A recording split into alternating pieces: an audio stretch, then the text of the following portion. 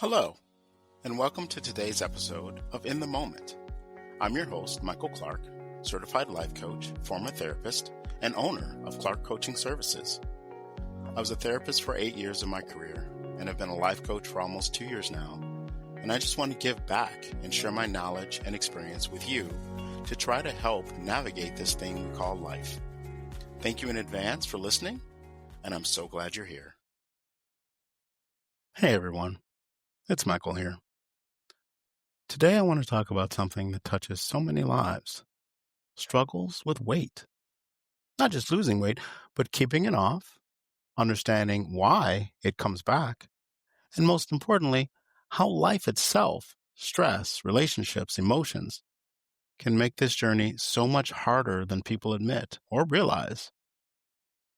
I want you to hear me clearly. If you've been struggling, you are not broken. Your body is not betraying you, and you do not lack discipline. What's happening is human, and it makes sense when you understand how biology and life circumstances work together. Have you ever said to yourself, or has someone else said to you, you just need more willpower? Weight is not just about calories and eating, quote unquote, too much. It's about hormones, emotions, daily habits, and the pressures of real life.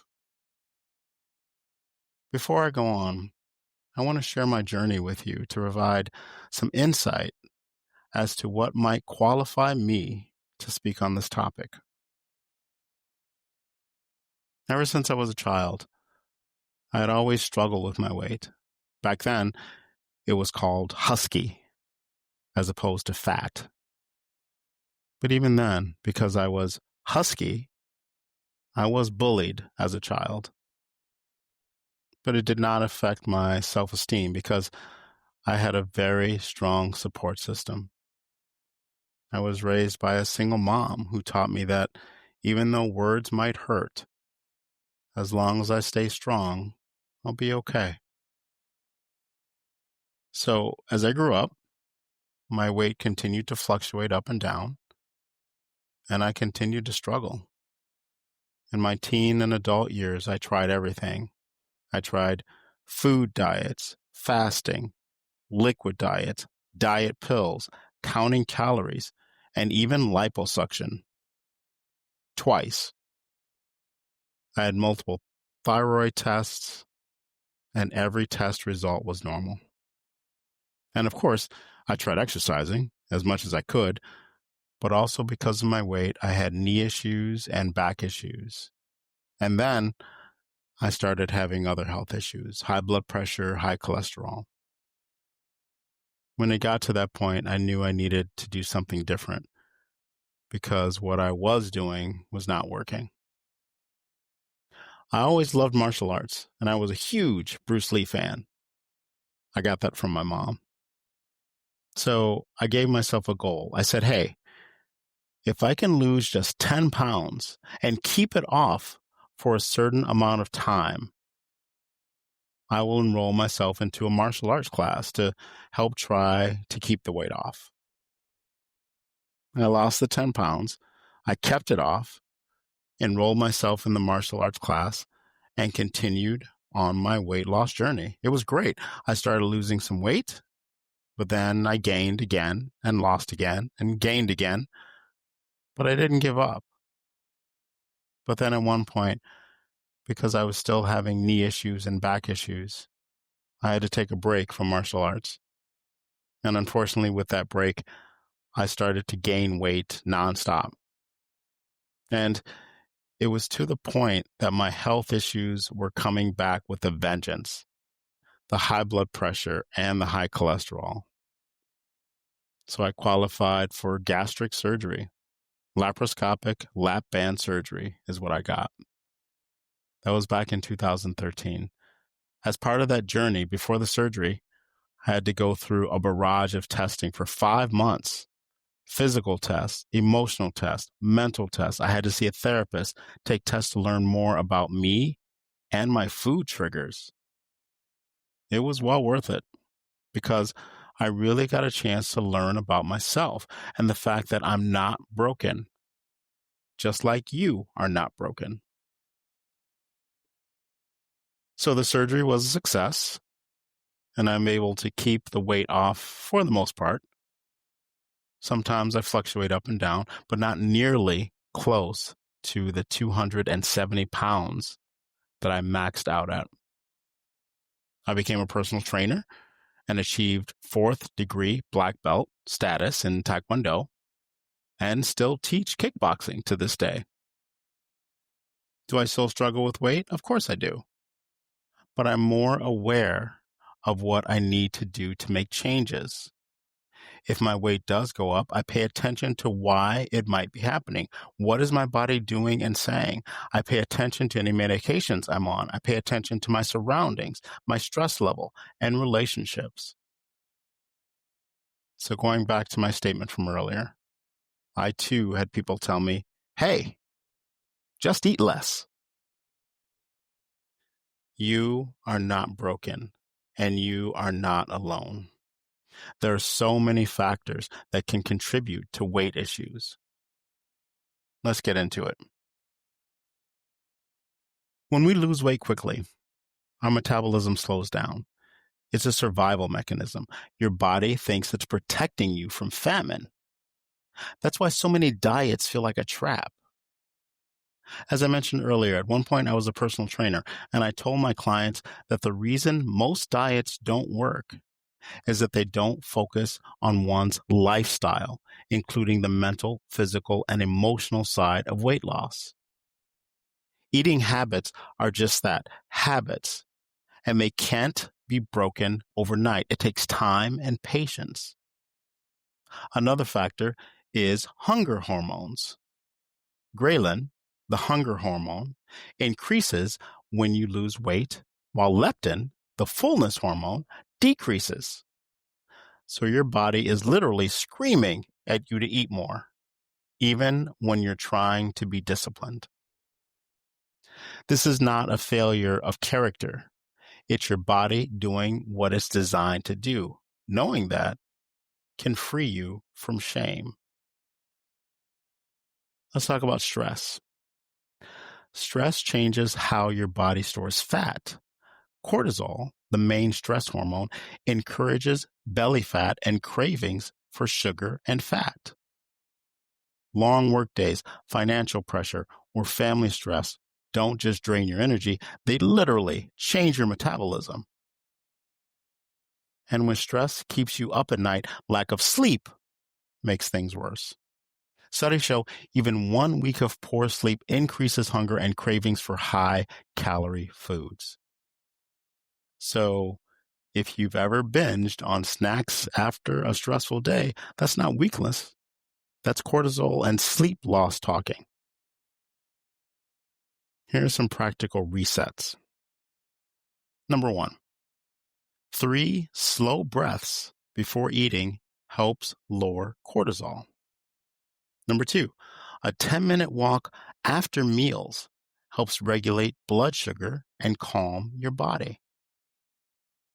Number 3, journaling for 5 minutes reduces stress hormones and emotional overwhelm.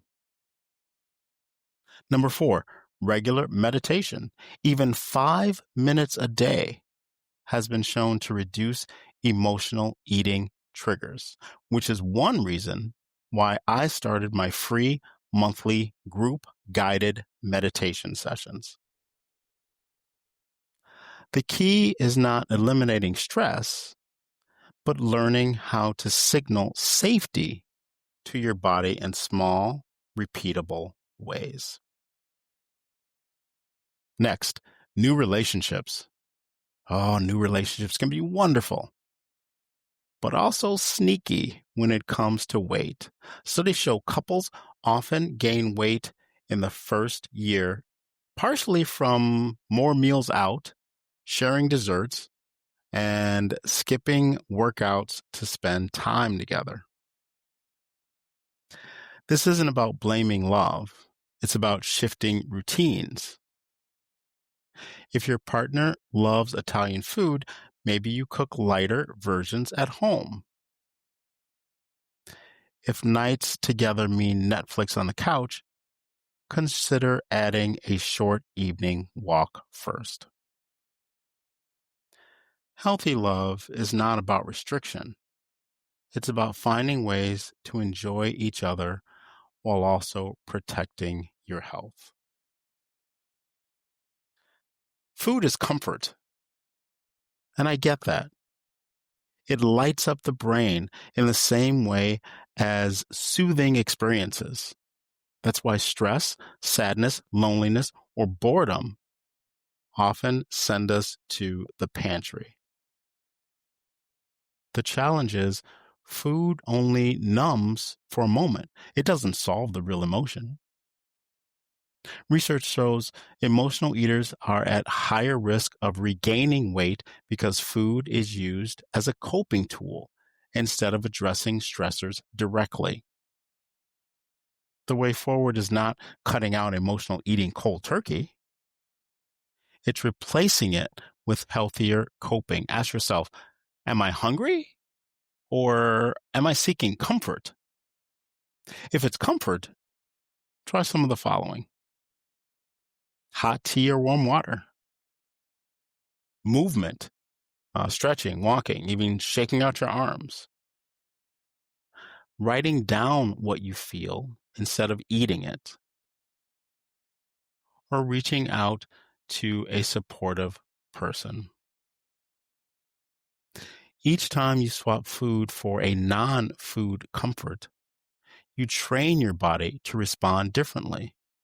Over time, food loosens its grip as the only way to self-soothe. Here are some other foundational items that might help with weight struggles. Number one, sleep. Aim for 7 to 9 hours. Poor sleep disrupts hunger hormones. Number two, strength training. Builds lean muscle, which keeps your metabolism higher even at rest.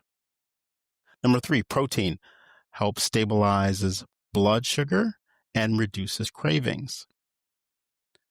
Number four, consistency over intensity. A 20-minute walk every day beats one intense workout followed by burnout. Number five, medication. Be aware of the medications you are taking. Some antidepressants, steroids, and birth control can cause weight gain. Talk to your doctor to find out more.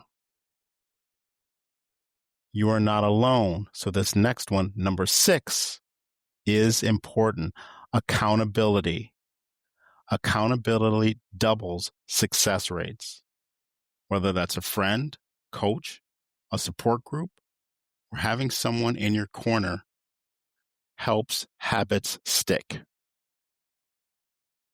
Now, we've covered a lot today.